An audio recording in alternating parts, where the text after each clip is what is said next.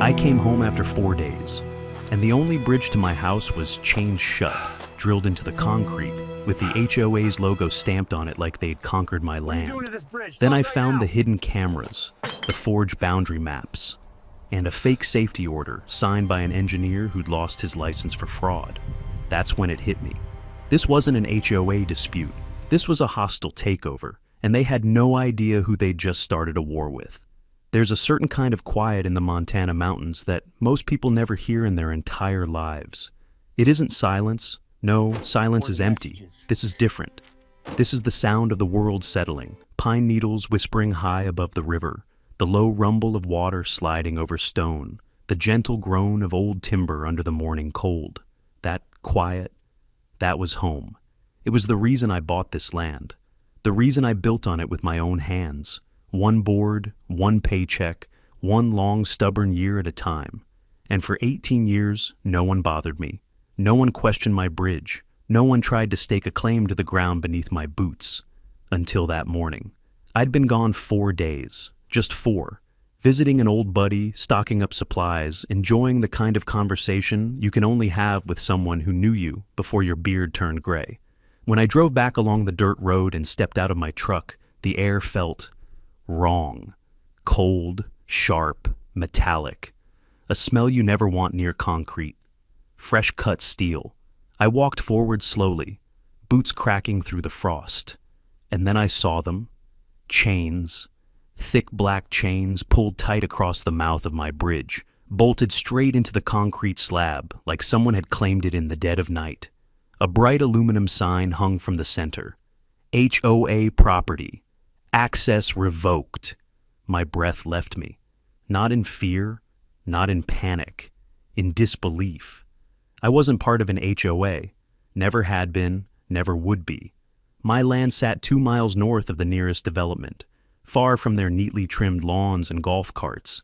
And yet, here they were, planting their flag like they'd discovered a new continent. I crouched beside the chains, touched the bolt head, still warm. Meaning, whoever did this hadn't been gone long. I scanned the tree line on instinct. Years alone teach you to look for what doesn't belong. That's when the glint caught my eye, a tiny reflection from inside a patch of brush. I pushed the branch aside, a camera, a little black square aimed directly at my bridge, wired into a battery pack hidden under dead leaves. That was when the quiet changed. It didn't feel peaceful anymore. It felt watched. I stood up, jaw tight, and stared at the river flowing quietly beneath the blocked path. "This isn't a mistake," I said under my breath. "This is a move." My truck couldn't cross, not with the chains pulled so tight they could stop a tank. So I backed up the dirt road, parked on the far side, and took the long trail through the woods. It wasn't a hard hike, but the weight of anger made every step heavier. By the time I reached my porch, the Montana air felt thinner, like the land itself knew something was wrong. Inside, I hung up my coat, kicked off the cold, and poured a cup of coffee. The house felt different, not unsafe, but disturbed, as if someone had knocked something out of place deep in its bones. On the kitchen table sat the envelope I'd found earlier in my mailbox, plain, cheap, no stamp, no courtesy, just a printed accusation. Boundary reassessment, unauthorized land usage, payment required. I'd seen bad paperwork before, but this one read like a threat written by someone who'd never met a real lawyer in their life. Still, I'm a reasonable man. I believe in starting with the truth before swinging at the lies. I dialed the number printed at the bottom. It rang only twice. Riverside Tranquility Homeowners Association. This is Karen speaking. I closed my eyes for half a second. Of course her name was Karen. "Ma'am," I said, "my name is Garrett Kane. I received a notice stating my bridge encroaches on HOA land. I'm calling to clear up what I'm sure is a misunderstanding." Her voice sharpened instantly. "There is no misunderstanding, Mr. Kane. According to our updated boundary assessment, your structure is partially within Riverside Tranquility jurisdiction." I glanced out the window at the river, the same river that had marked my property line since the day I bought the place. "My bridge is on my land," I said. "Surveyed, stamped, inspected, and approved. Your jurisdiction ends 2 miles south." A pause, but not the kind where someone considers what you're saying, the kind where they prepare something smug. "Our maps supersede outdated documents," she replied. If you wish to dispute the charges, you may do so through the appropriate legal channels, but the board has voted. The fees stand. Let me see those maps, I said. We don't release internal assessments to non-members.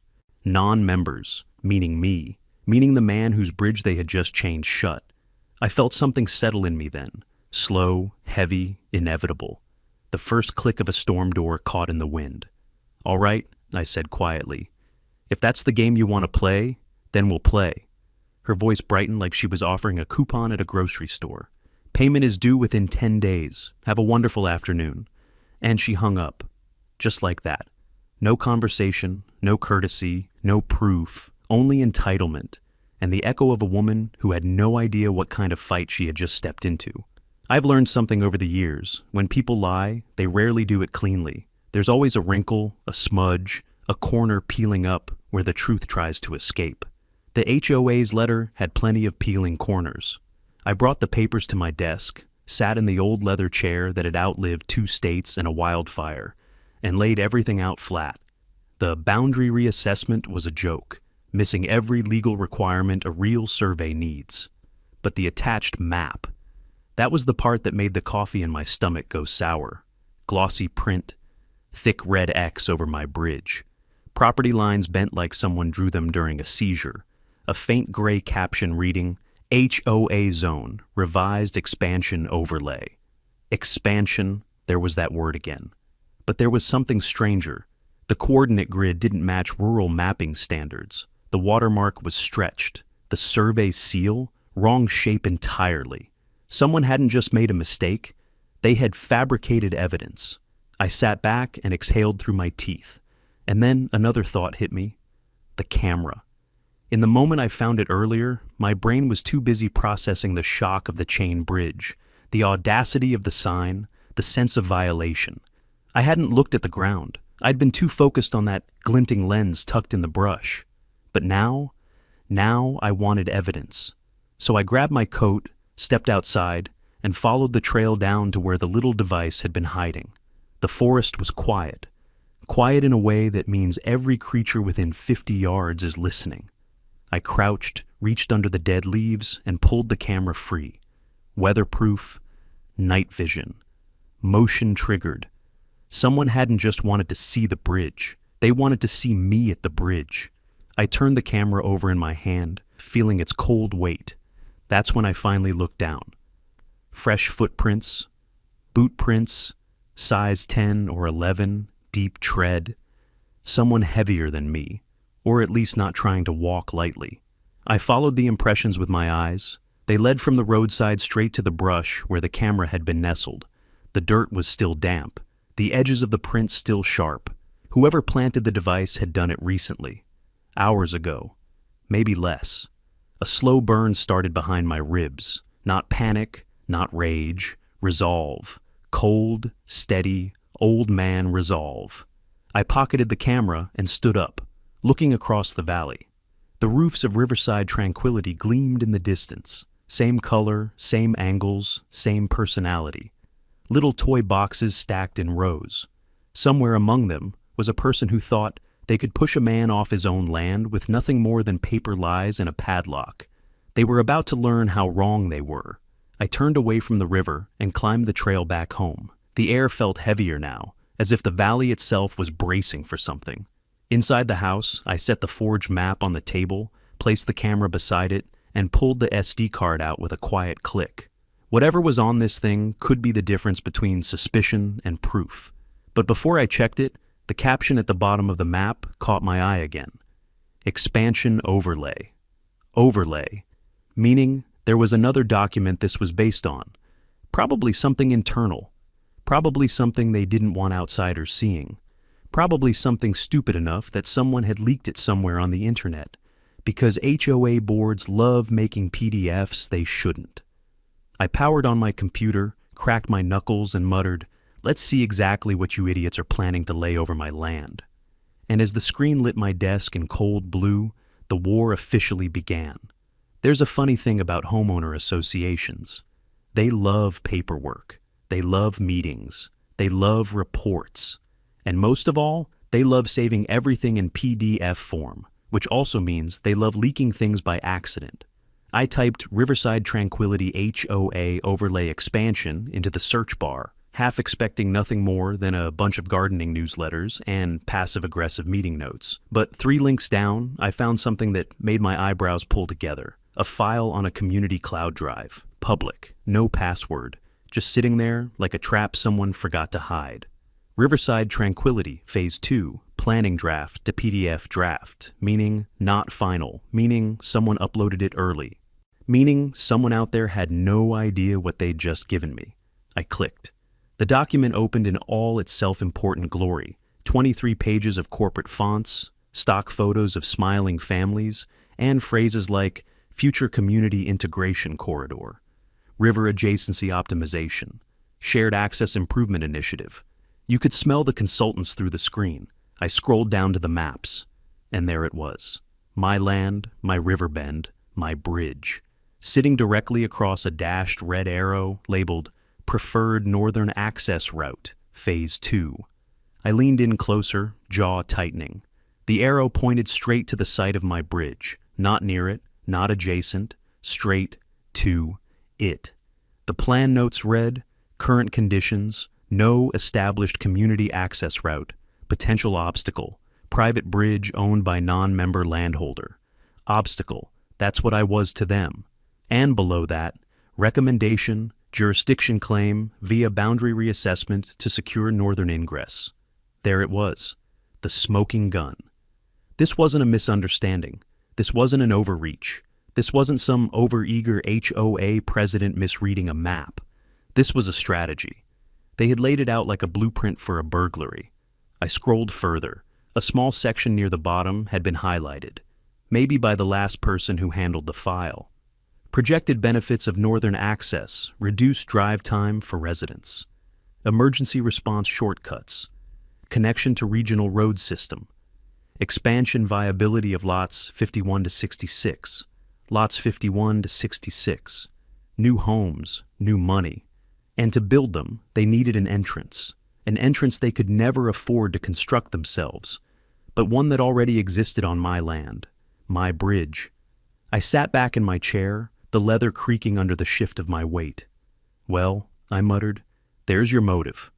The file had dates, signatures, drafts, revision history.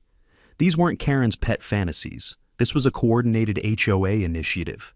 And right there in the revision notes, legal counsel recommends asserting claim over riparian buffer zone for jurisdiction expansion. Riparian, meaning riverbank, meaning the thin strip of unassigned buffer land between my property and theirs, meaning they were counting on confusion. But what they didn't know was this. I built my bridge with certified boundaries. I walked the land with surveyors. I pored over plat maps until I could draw them from memory. They picked the worst possible landowner to target, a man who knew the paperwork better than they did. I downloaded the entire Phase 2 file, saved it twice, and copied it to an external drive. Then I printed the important pages and laid them out on my desk beside the forged HOA map. 2 plans side by side, one fabricated, one leaked. Funny thing, they matched just enough to incriminate everyone involved. They want access, I whispered, and they think they'll take it. Well, no, not from me, not today, not ever. I reached for my phone and dialed my lawyer in Missoula. Mitchell, I said when he answered. We've got ourselves a project. I woke before sunrise the next morning with a knot in my stomach. Not fear, just the instinct a man earns after enough years dealing with people who smile while hiding the knife behind their back. I brewed a cup of coffee, stepped outside, and followed the trail toward the river. The air was colder than usual, sharp enough to sting, the kind of cold that keeps a man awake even when he wishes this was all just a bad dream. When the trees finally opened and the bridge came into view, I stopped dead in my tracks. It wasn't just the chains anymore. They had escalated. A full steel barricade stood across the mouth of my bridge. 4-inch posts drilled deep into the concrete, braced with galvanized bars, wrapped 3 times with a heavy industrial chain, all locked with a padlock the size of a baby's fist. A brand new sign dangled in the middle. Emergency safety closure, structural instability detected. Authorized by engineer Leonard Briggs. Briggs, a name that meant nothing then. But soon I'd learn he wasn't an engineer at all. Not anymore, not legally. But in that moment, he was the man whose forged signature had cut me off from the rest of the world. I set my coffee on a rock and stepped closer, laying my palm on the steel. It was freezing, cold enough to bite my skin, the kind of cold that said this barricade had been installed under cover of darkness, left to sit through the long night like a sentinel, with no pulse, no warmth, no humanity, just a declaration. You're not going anywhere. A slow, steady breath pushed out of me. Not anger, not yet, but a kind of quiet disbelief that sinks deep and stays heavy. This wasn't vandalism. This was a deliberate blockade, a calculated move meant to isolate me, trap me on my own land, make me bend. But I don't bend. Not for people. And sure as hell not for paperwork bullies with clipboards. I pulled out my phone and called the sheriff's office. Deputy Thurman arrived 25 minutes later. A young man, polite, the kind who still believes disputes can be solved with reason and calm conversation. He took one look at the barricade and let out a low whistle. "That yours?" he asked. "No," I said, "but everything behind it is." I handed him my paperwork. Permits, county surveys, engineering approvals, the whole stack. He read through them, nodding slowly. "Well, this all looks solid. You did everything by the book." "Then cut the chain," I said. He hesitated, and that hesitation told me everything. "I can't do that, Mr. Kane." "Why not? This is my bridge on my land." He pointed at the sign. "Because we received that order too, emergency safety closure. If I cut this and that bridge collapses, the liability comes down on the department." "You really think my bridge is unstable?" "That's not the issue," he said gently. "The issue is, a certified engineer signed that closure." I almost laughed. Certified? Right. Later, I'd learned Briggs had lost his license 5 years ago for falsifying soil reports. But for now, all Deputy Thurman had to go on was a printed piece of paper with a forged stamp. He looked genuinely conflicted. "File for an injunction," he said softly. "It's your best route. Until then, my hands are tied." I nodded. It wasn't his fault. He'd been handed a stack of lies dressed up as authority. He headed back to his cruiser. I didn't. I took the long way home, the steep game trail crawling up the backside of my property, roots slick from frost, rocks hidden under old leaves. Halfway up, my boot slipped. My knee slammed into a jagged stone so hard stars burst behind my eyes. I cursed out loud. The ground, the HOA, the universe, then pushed myself upright and limped the rest of the way. By the time my porch came into view, the pain had turned into a slow, angry throb. That throbbing would later become part of my medical file, documented injury, another nail in the HOA's coffin. I looked back toward the river. Through the trees, I could just make out the silver barricade glinting like a taunt in the rising sun. They hadn't just blocked my bridge, they had endangered my life, and that crossed a line. I took a deep breath, slow, steady, controlled. Then I said what I knew to be true. It's time to fight back. What I didn't know yet was just how far they were willing to go, or how much evidence they had already left for me to use against them. Pain has a strange way of sharpening the mind. By the time I limped into my living room and lowered myself into a chair, my knee had swollen enough to press against the denim of my jeans. The throbbing wasn't subtle. It was the deep, deliberate kind that pulses with each heartbeat, reminding you of the moment everything went wrong. This time, though, the pain wasn't just inconvenience. It was evidence. I grabbed my truck keys, walked the long trail back around the backside of my property, slow, steady, one careful step at a time, and finally reached the road where my truck still sat. Every step hurt, but every step also hardened something inside me. If Karen wanted a paper war, she'd get one, and she'd lose. At the clinic in town, the nurse asked how I'd hurt myself. I didn't sugarcoat it. Slipped on a frost-covered game trail because my only legal access home was blocked by an illegal barricade. The doctor documented everything: contusion, swelling, range of motion, restriction. He asked if I wanted x-rays. I said yes. It never hurts to have too much proof. I left with a brace, 2 prescriptions, and a stack of medical records thick enough to make any lawyer smile. Back in the truck, I dialed the number that had been sitting quietly in the back of my mind since the moment I saw that barricade. Mitchell Harper, attorney, smart, steady, ruthless when necessary. He answered on the second ring. "Garrett, been a while." "Wish this was a friendly call," I said. "I'm guessing it's not. What happened?" I laid everything out. The chains, the forged safety order, the fake engineer, the new barricade, my fall, my injury. But when I told him about the expansion map I'd found, the one marking my bridge as a preferred access corridor, Mitchell's tone changed. "Send all of it. Photos, maps, medical records, and Garrett." "Yeah?" "Don't talk to them. Not until we move first." I hung up, drove straight to Bozeman, and walked into the GPS surveying office, one of the only places in the state capable of producing sub-inch accuracy legal boundary scans. The technician recognized me immediately. "You're the guy who built that concrete span over Black Row, right?" "That's me." "Still standing strong?" "It is. The only problem is a group of neighbors who say it isn't." He chuckled under his breath. "That sounds like a problem they made up." "I'm starting to think so too." I booked the earliest field survey, 2 days out. They'd scan the whole property line, riverbank, bridge piers, the works. A legal certified map that nobody, not even an HOA with a taste for fiction, could argue with. When I got home, I limped into my office, braced myself in the chair, and laid everything out across my desk.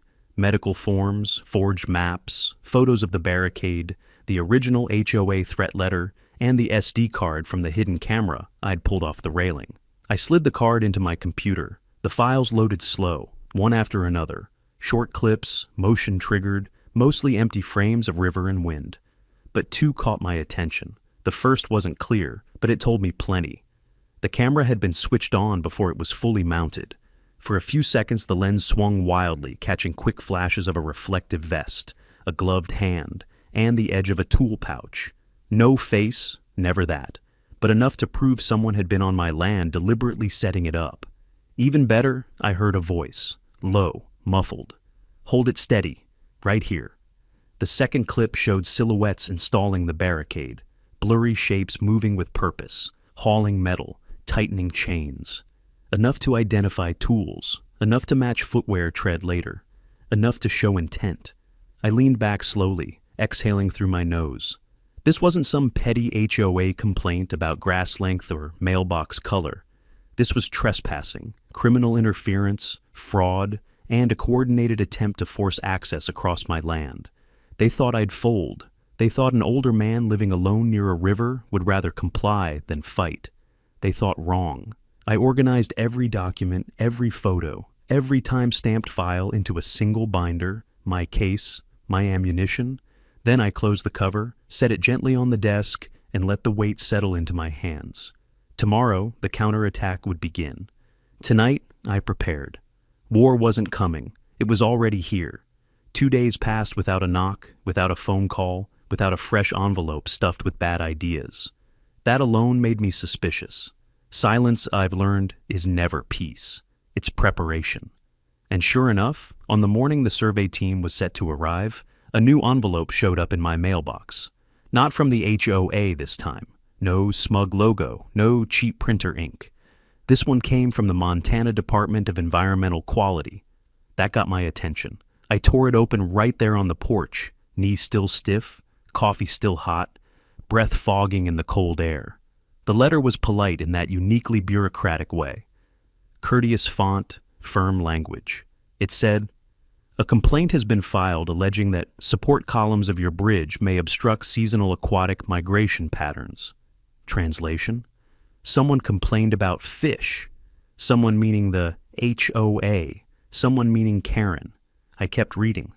An environmental field team will conduct a preliminary inspection within 10 business days. Please ensure access to the site. Non-compliance may result in further action. I lowered the letter. "Of course," I muttered. "When land grabs fail, bring in the salmon." I wasn't worried about my bridge. It was designed with flow rates, sediment patterns, and wildlife in mind. But I wasn't about to trust a state team walking in blind to an HOA manufactured narrative. So I dialed a number I hadn't used in years. Montana State University, Department of Aquatic Biology. A receptionist picked up. "Is Professor Claire Mendoza available?" There was a pause. Then a familiar voice came on. "This is Claire." "It's Garrett Kane," I said. from Black Row River. She didn't respond for a moment. What's going on? She finally asked. I explained. The fake land claim, the forged maps, the barricade, the injury, and now the new accusation that my bridge was somehow a threat to fish. Claire let out a long, unimpressed breath. Garrett, the span of that river beneath your bridge has one of the most stable flow pockets in the county. Who filed the complaint? Anonymous. Oh, please, she snapped. It's the HOA, isn't it? I'd bet my truck on it. All right, she said. I'll come out. You sure? You're telling me someone's falsely weaponizing aquatic law against you? Her tone hardened. That's my field. I'm not letting bad science or bad neighbors win. 2 days later, she arrived in a dusty university truck with 2 grad students and enough equipment to run a full-scale field study. Waders, underwater cameras, sonar, sediment kits, temperature sensors, GPS logs, the works. I met them at the trailhead, limping slightly, and led them to the river. When Claire stood beneath the bridge, she looked over the concrete supports, the current flow, the shadow the span cast across the water. Her grad students were already placing cameras beneath the pilings. After 20 minutes of silence, she turned to me. You said they claimed you were blocking migration? That's the story. Well, she said, almost laughing, your bridge does the opposite. I raised an eyebrow. How so? She pointed toward the underside of the structure. See the way the current slows here? The bridge creates small refuge pockets, microhabitats. Juveniles use that as resting zones during seasonal movement. And the shade keeps the water temperature down. That's critical for survival in late summer. So it helps the fish? It helps the fish, she said. If anything, tearing this bridge down would do more harm. That felt good to hear. Really good, but it got better. While her team worked, one of the grad students walked over looking troubled. You might want to see this, he said. He led me 50 yards downriver, onto the HOA side. I saw it immediately. Fresh tree stumps, not old, not naturally fallen, cut, clean, deliberate. What the hell? I asked. The student pointed with a measuring stick. Someone's been clearing riparian vegetation. Probably to improve their view. Riparian zones are protected by both county and state law. Is that legal? I asked, but I already knew the answer. No, the student said, and cutting this close to the water increases sediment runoff. Bad for eggs, bad for juveniles, bad for everything. I felt anger rise in my chest again, this time hotter, steadier. The HOA had accused my bridge of harming wildlife, while they were illegally cutting riverside trees for better picnic views. Hypocrisy didn't even begin to cover it. Claire documented everything: GPS coordinates, drone footage, sediment samples, stump cores, erosion markers. By the time they left, she handed me a preliminary written statement. Her conclusion was blunt. No obstruction detected. Bridge supports beneficial microhabitats. Observed vegetation removal on opposite bank may indicate environmental violations by adjacent property owners. I shook her hand. Claire, you just handed me dynamite. She smiled. No, I handed you the truth. Use it. As their truck drove off, I looked back at the river, at my bridge standing solid and calm, and at the HOA's carved-up riverbank. They wanted to use science as a weapon. Fine. But they forgot something important. Science fights back. And this time, it was fighting for me. 3 days passed after Claire's visit, and not a single HOA letter showed up in my mailbox. No threats, no accusations, no new fabricated maps. Just silence. And silence from people like Karen is never peace. Silence means planning. So, I prepared. I installed 2 new trail cameras. One angled toward the approach to the bridge, another hidden deep in the brush across the river. IR, night vision, motion triggered, and tied to a backup SD card buried in a waterproof pipe 6 feet away. If the HOA wanted to escalate, I would be ready. On the 4th morning, before sunrise, something woke me. Not a noise, a feeling. A tension in the air a man learns to respect after 60 years of storms, engines, and human nature. I got up, slipped into my boots, put on my coat, and followed the path to the river. Halfway down, I heard it, metal on metal, sharp, intentional, not the river, not the wind, not an accident. I stepped through the trees, and froze. Two men in reflective vests were crouched at the base of my bridge. One wielded a socket wrench. The other was using a cordless drill to loosen the guardrail bolts. And parked behind them was a white van painted with blue letters. Riverside Tranquility Maintenance Division. A fake division for a fake justification behind a very real crime. I didn't shout. I raised my phone, hit record, and walked out of the tree line like a man already holding the winning hand. "Morning, boys." The one with the drill jerked upright. The other stopped mid-turn, wrench frozen in his hand. We're with the HOA, the first man stammered. "We've been contracted to begin structural removal of this." "This," I cut in, stepping closer, "is my bridge on my land, and what you're doing is felony property damage." He swallowed hard. We have authority." "From who?" He hesitated, then pulled out a crumpled sheet of paper. A memo, signed by Karen B. Not notarized, not stamped, not legal in any universe. When I kept filming, panic flickered across both their faces. "You boys realize this could put you in prison, right?" The shorter one's voice cracked. "We're just doing what she told us." I dialed the sheriff's office. 911, what's your emergency?" "No emergency," I said evenly. "I just have two individuals attempting to dismantle certified infrastructure on private property, and I have full video." "Deputies are en route." The men didn't run, but the real crack came 30 seconds later. The taller man exhaled shakily, shoulders collapsing inward. Then he slowly held out his phone toward me. "Look, just so you know, we didn't come up with this." On the screen was a text thread from a number saved as Karen B, HOA, and the messages were unmistakable. "Is it done yet? Make sure you remove the main support bolts so the structure fails completely. Cash is in the usual spot." Another bubble. "Don't let him see anything. Do it before sunrise." And finally, "If the sheriff asks, say it's HOA property. Stick to that." I didn't speak. I just let the camera roll. When the deputies arrived, the men didn't argue. They didn't deny a thing. They handed over the memo. They handed over their tools.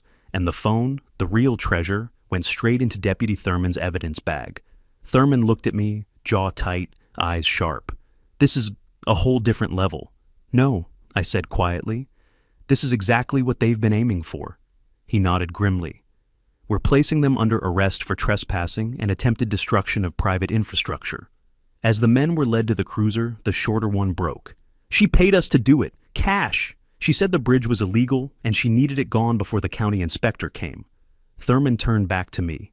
"Garrett, between those texts and your video, this is going to explode." "Oh, I know. You planning to sue?"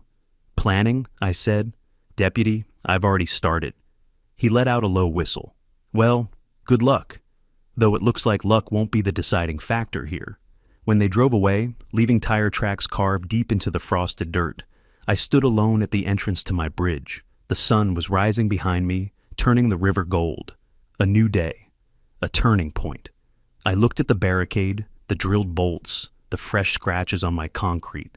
Then I whispered, "Karen, you just handed me the case of a lifetime."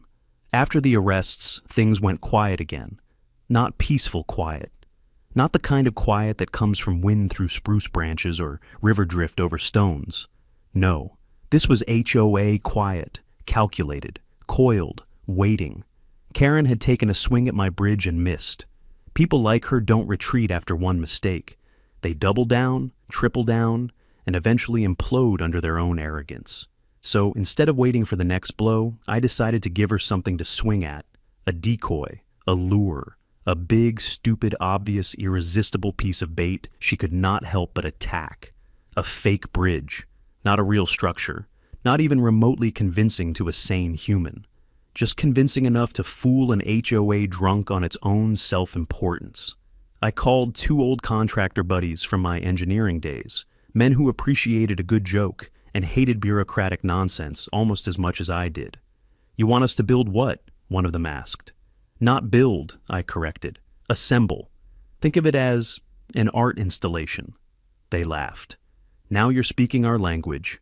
We bought hollow PVC pipes, leftover 2x4 lumber, 3 plastic barrels, fluorescent orange tape, rebar scraps, a gallon of concrete-colored paint, And within 6 hours, we created the most ridiculous bridge Montana had ever seen.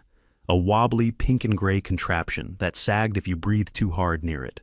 We set it over a narrow section of the public buffer zone. Technically nobody's land, but close enough to the HOA trail that Karen would see it and lose her mind on sight. We even added a sign, freshly laminated, Site of Proposed Bridge Access, Project Under Review, Permit Pending, Montana Civil Route Division. The permit number was something I invented on the spot. Number RN00FK. My contractor buddies nearly passed out laughing. "This is gonna hook her so fast, she won't know she swallowed the bait," one said. "That's the plan," I replied. We left the whole thing standing like a monument to stupidity. And then we waited. We didn't wait long. 4 days later, at exactly 9:12 a.m., 2 sheriff's deputies knocked on my door. "Mr. Kane," one said, already looking exhausted, "we received a complaint from Riverside Tranquility HOA that you've begun unauthorized construction of a second bridge." I gave him my most innocent look. "A second bridge? Where?" "The HOA says you built a structure downstream." "Oh," I said, "you mean the exhibit." He blinked. "The what?" "The exhibit. An artistic commentary on the illusion of shared jurisdiction in rural Montana, built with no foundations, no footings, and no structural intent whatsoever." Both deputies stared at me for a long second. Then the younger one asked, "So, it's not a bridge?" "As real as their land claims," I replied. The older deputy coughed to hide a laugh. "Well," he said, "nothing illegal here. They'll have to take it up with the county's art commission, I guess."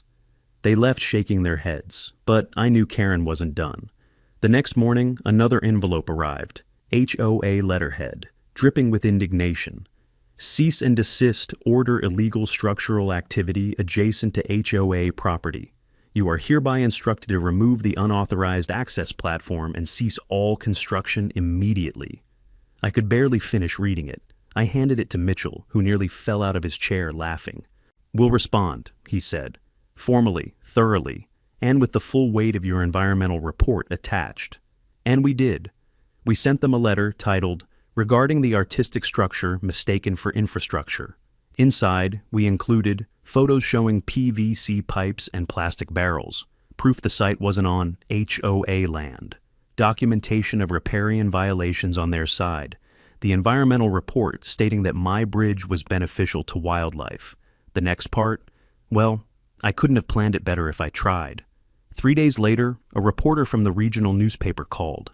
Someone inside the HOA had leaked the entire complaint thread. The story hit the Sunday edition, and it spread fast. Reddit grabbed it, then Facebook, then TikTok. Then some college kid made a meme comparing Karen to a medieval warlord besieging a playground toy. Within 48 hours, the HOA's Google listing was renamed Riverside Tranquility, Guardians of Imaginary Infrastructure. I didn't change it, but I enjoyed it. Suddenly, neighbors who'd never spoken to me before were waving from their porches, laughing, shaking their heads. "That you?" one shouted from across the river. "The guy with the art bridge?"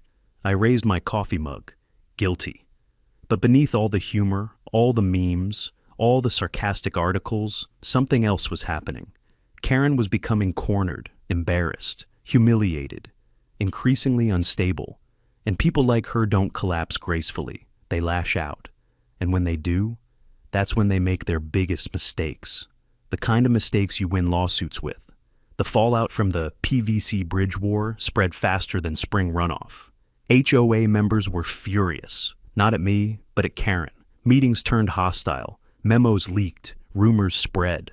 Some residents even started a petition to remove her, though nobody wanted to be the first signature on it. Fear still lived there, but fear makes people predictable, and predictable people make dangerous decisions.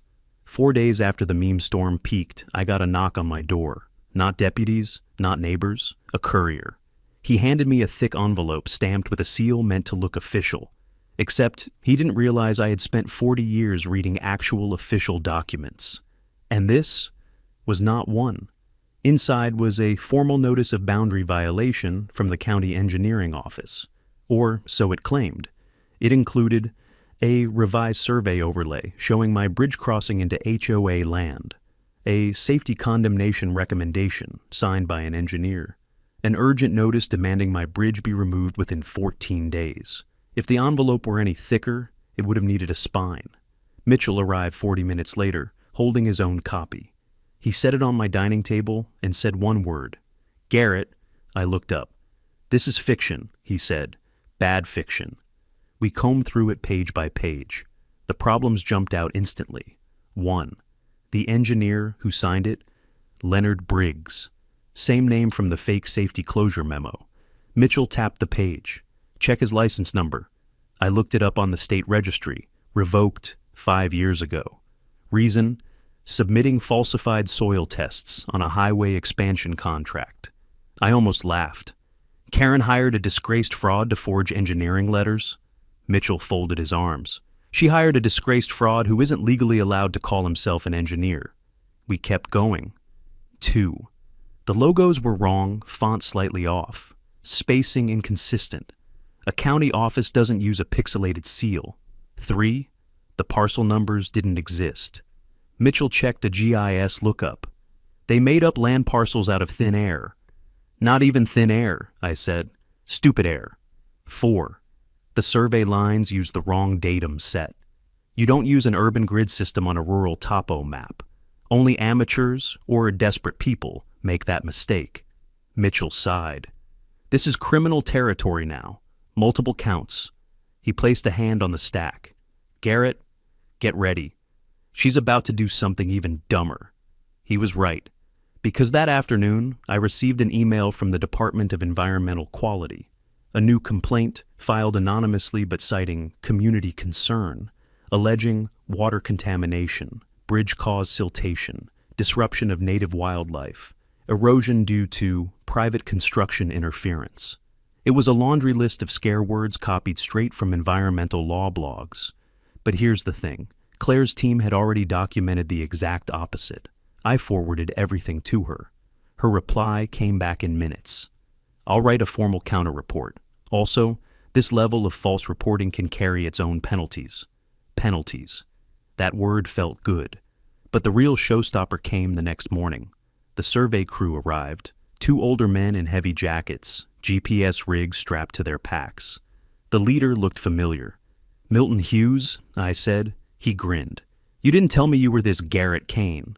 Milton had been one of my professors decades ago, one of the men who taught me load distribution and soil density long before HOAS were even words in my vocabulary. You're the one who helped me file the original topo, I said. Still got a copy, he replied, and it still matches the county archive. He and his partner, Wayne, a retired state boundary specialist, spent the whole day scanning every square foot from my property line to the HOA's edge. Every coordinate, every marker, every historical overlay. By sundown, they had their result. Milton held up his tablet. Garrett, your bridge is 100% on your land. No overlap, not even an inch. Wayne chimed in. And the HOA land Karen keeps referencing, it's not even registered to them. At all. It's a natural easement, unclaimed buffer. They tried to assert control over something they don't own. Mitchell arrived just as we were packing up. Milton looked at him. You're the lawyer, right? Tell your friend here something for me. Go ahead, Mitchell said. Milton tapped the forged survey in the earlier packet. They not only used the wrong datum set, they used the wrong decade of maps. Mitchell raised an eyebrow. Meaning? Meaning, Milton said. They didn't even bother forging it well. This is amateur hour fraud. We all stood there for a moment. Me, Mitchell, Milton, Wayne. With the icy Montana wind blowing off the river. 4 grown men, realizing the full stupidity of one HOA president. Mitchell clapped his gloves together. Well, he said, this settles phase 1. What's phase 2? I asked. He smiled. Criminal filings. I looked back at my bridge, the same bridge Karen had tried to condemn, block, sabotage, and seize. Sunlight caught its concrete railings. The river whispered under it like nothing had happened. I took a long breath. I guess Karen really thought she could out-engineer an engineer. Oh, she thought much worse, Mitchell said. She thought nobody would check her work. He picked up the packet of forged documents. Well, tomorrow morning, a judge is going to check it. The courtroom felt warmer than I expected, not because of the temperature, but because of the people. Every pew was filled. Some faces were curious, some anxious, some entertained. A few reporters sat in the back row with notebooks ready, like they knew history was about to be made. Karen sat across the room at the defense table, chin lifted, blazer crisp, eyes hardened. Her lawyer looked far less confident, as if he knew the ship had a hole in it, but couldn't find the bucket. Mitchell leaned toward me. "You ready?" "I've been ready since the day they chained my bridge." When the judge entered, the room fell silent. Mitchell began his opening, measured, calm, and sharp enough to cut steel.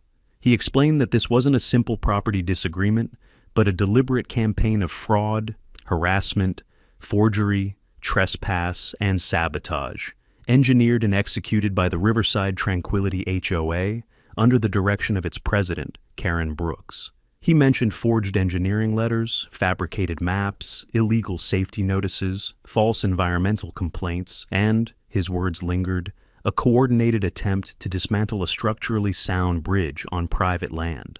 Karen stiffened. Her lawyer shifted in his seat. When their side responded, it was with brittle confidence.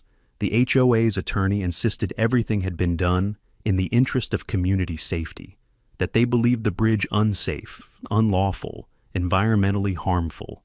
It might have sounded convincing if you'd never seen what they'd actually done. Karen couldn't help herself. She leaned into her microphone and added, "We only acted responsibly. We never damaged anything. We never touched his bridge." Mitchell smiled the way a hunter smiles when the deer steps into the clearing. He approached the witness stand. "Mrs. Brooks, to confirm, you are stating you never instructed anyone to physically interfere with Mr. Kane's bridge?" She straightened. "Absolutely not. Never." Mitchell nodded, as though he appreciated her confidence. Then he looked up at the judge. "Your Honor, may we dim the lights?" The courtroom darkened. Mitchell tapped his keyboard, and a video flickered to life on the projector. There, for everyone to see, were two men in reflective vests at the base of my bridge, one loosening bolts, the other drilling into the guardrail. My voice echoed in the room, calm and steady as I'd filmed it. And then came the soundbite that froze the air.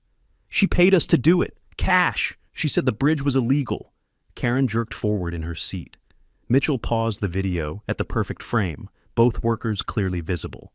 "Mrs. Brooks," he said quietly, "would you like to correct your answer?" The room buzzed with whispers. Karen's lawyer reached for her arm, but she pulled away. I don't know those men," she stammered. Mitchell didn't argue. He didn't need to. He simply lifted a clear plastic evidence bag containing a phone the deputies had seized. "Your Honor, these are the text messages recovered from one of the workers." He read them aloud, each word a hammer striking the coffin closed. "Is it done yet? Make sure you remove the main support bolts so the structure fails completely. Cash is in the usual spot. Don't let him see anything. Do it before sunrise. If the sheriff asks, say it's HOA property. Stick to that." Karen sagged in her chair as the courtroom gasped. Her lawyer closed his eyes, shoulders sinking. Even the judge let out a long, controlled breath. Mitchell wasn't done. He moved to the forged engineering reports, the ones signed by Engineer Leonard Briggs.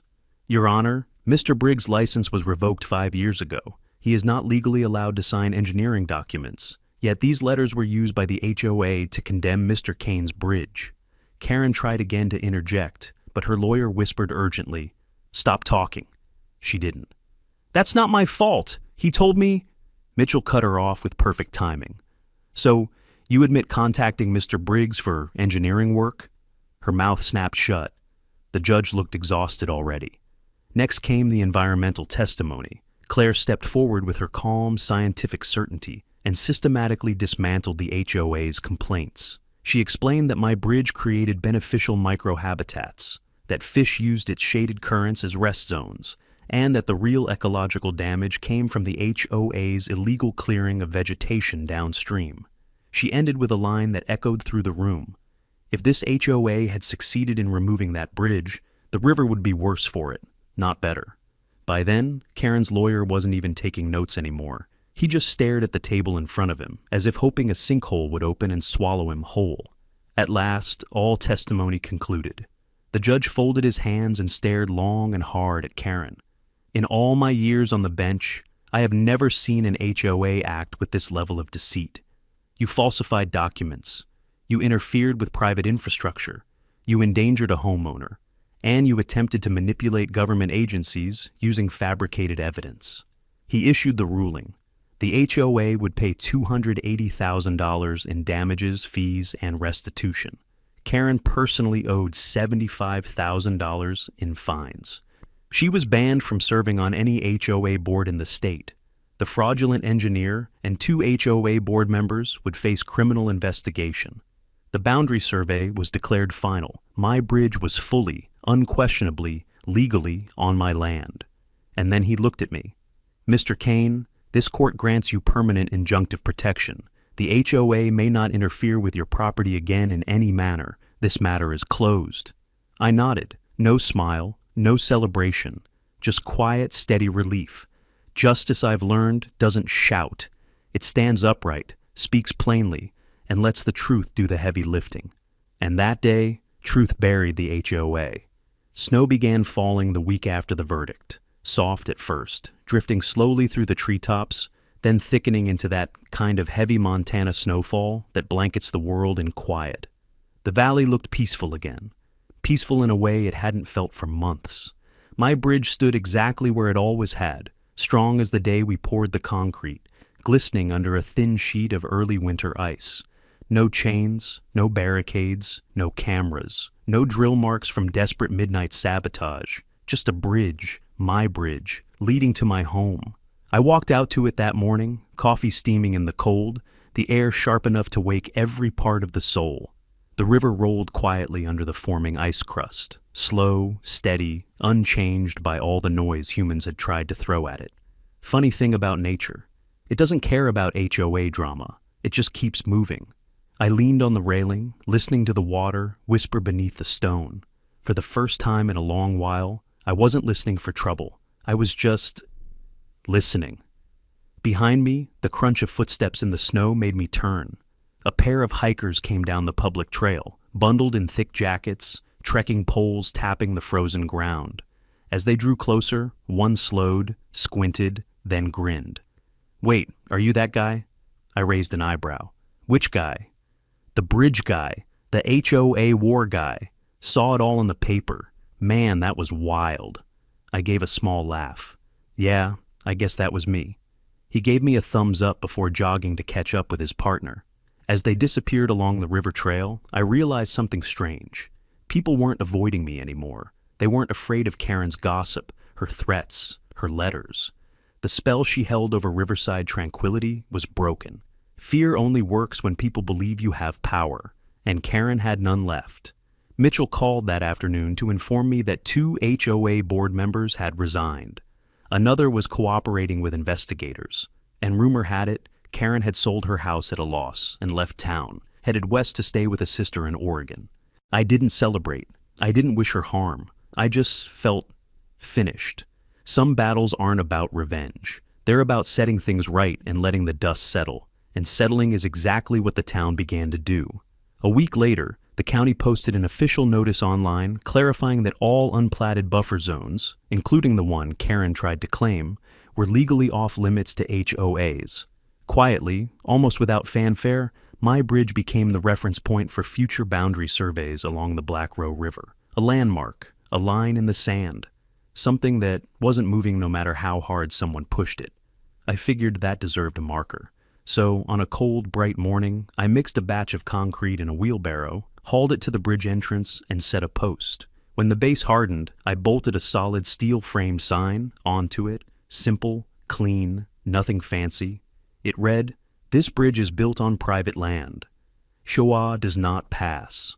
Below that, on a small bronze plate I ordered from a local craftsman, I added, "Dedicated to peaceful water, quiet mornings, and fish who mind their own business." A little humor for the next hiker who stopped to read it. As I tightened the final bolt, another neighbor from across the valley passed by on the trail. He paused, admired the sign, and let out a quiet chuckle. "Well, that ought to settle it," he said. "It better," I answered. He shook his head. "Crazy what they tried to do to you." I didn't respond. because there was nothing left to say. When he was gone, I walked back onto the bridge, boots crunching softly on the frost. Snow had begun falling again, big flakes drifting down, like someone was trying to tuck the world under a blanket. I stood there for a long while, thinking about everything that had happened, the forged maps, the fake engineer, the sabotage, the lies, the court, the verdict. And somehow, standing there with snowflakes melting in my beard, none of it felt heavy anymore. The river kept moving, the mountains kept watching, the land was still mine, and not just because a judge had said so, because I fought for it, because I refused to be bullied off what I built, because some things in life are worth more than convenience, worth more than quiet, worth more than avoiding trouble. Some things are worth defending. My bridge was one of them. My home was another. That night, I grilled a steak, poured a glass of the apology whiskey one of the former HOA board members had mailed me. No note, just the bottle, and sat on my porch while the snowfall thickened around the valley. The bridge was just visible through the dark, a quiet silhouette against the white, solid, untouched, exactly where it belonged. And as the snow settled on the rails and the river whispered under the ice, I realized something. The war was over. The river had its calm back, and so did I.